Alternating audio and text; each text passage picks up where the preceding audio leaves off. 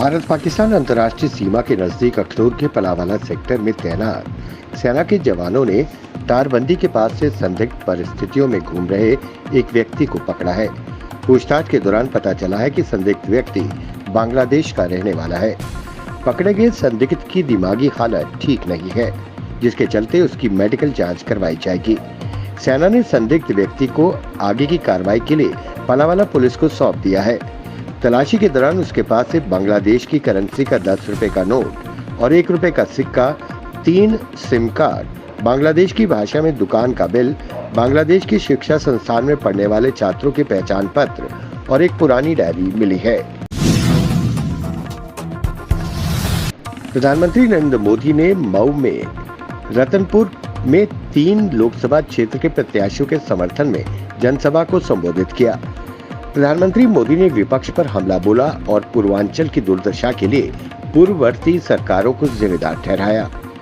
प्रधानमंत्री मोदी ने कहा कि पहले पूर्वांचल में माफिया पैदा होते थे, उसको सपा और कांग्रेस के लोग संरक्षण देते थे, लेकिन अब पिछले 10 सालों से यही पूर्वांचल देश का प्रधानमंत्री और मुख्यमंत्री चुन रहा है।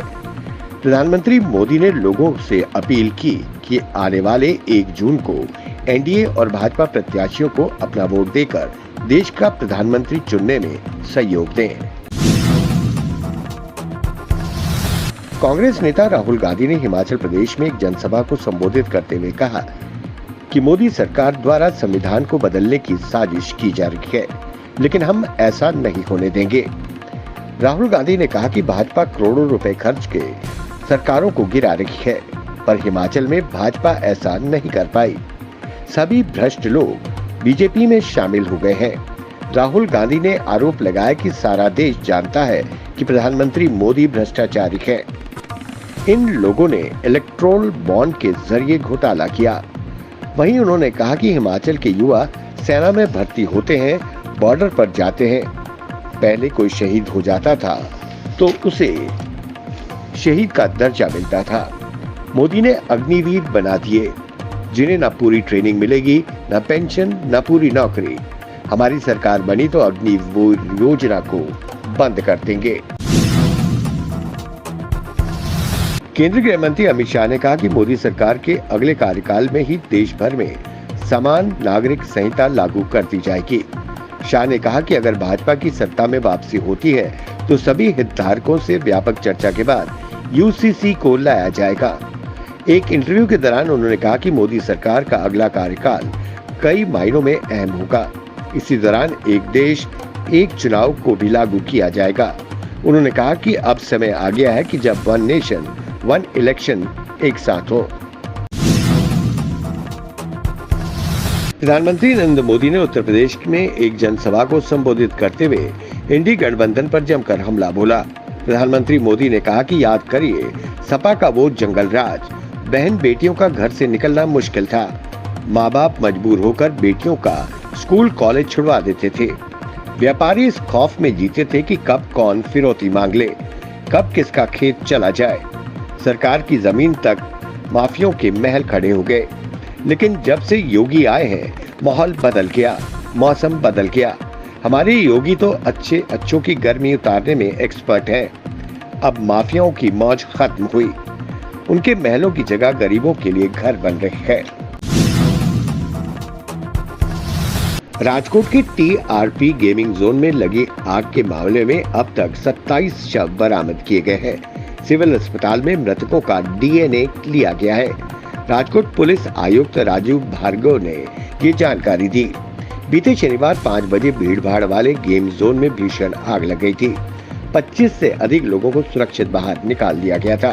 प्रधानमंत्री नरेंद्र मोदी ने प्रत्येक मृतक के परिजनों के लिए प्रधानमंत्री राष्ट्रीय राहत कोष से 2 लाख रुपए की अनुग्रह राशि देने की घोषणा की, तो वहीं 50,000 घायलों को दिए जाएंगे। वहीं राज्य के मुख्यमंत्री ने प्रत्येक मृतक के परिजनों को 4 लाख व घायलों को 50,000 देने का भी ऐलान किया। कांग्रेस महासचिव प्रियंका गांधी वाड्रा अपने चुनावी अभियान के दौरान पंजाब पहुंची। इस दौरान उन्होंने कहा, गोदी मीडिया की बात करें तो आपने खुद देखा गोदी मीडिया का क्या रोल है। गोदी मीडिया ने आप किसानों को देशद्रोही का दर्जा दिया तो पूरे देश की गोदी मीडिया ने आपको यही दिखाया। जब यूपी में 6 किसानों को भाजपा नेता के बेटे ने अपनी जीप के नीचे कुचल दिया तो कहा कि किसान उपद्रवी थे।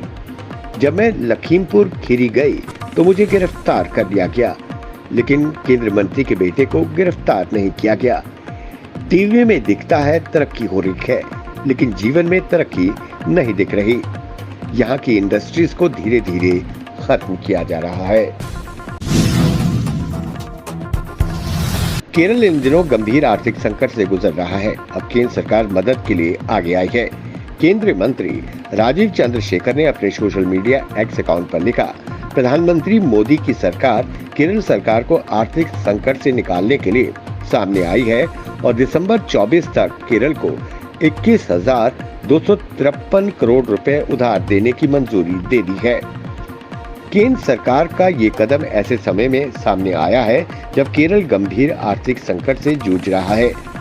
आर्थिक संकट के चलते केरल सरकार कर्मचारियों को सैलरी नहीं दे पा रही है और पूर्व कर्मचारियों की पेंशन भी नहीं मिल रही है।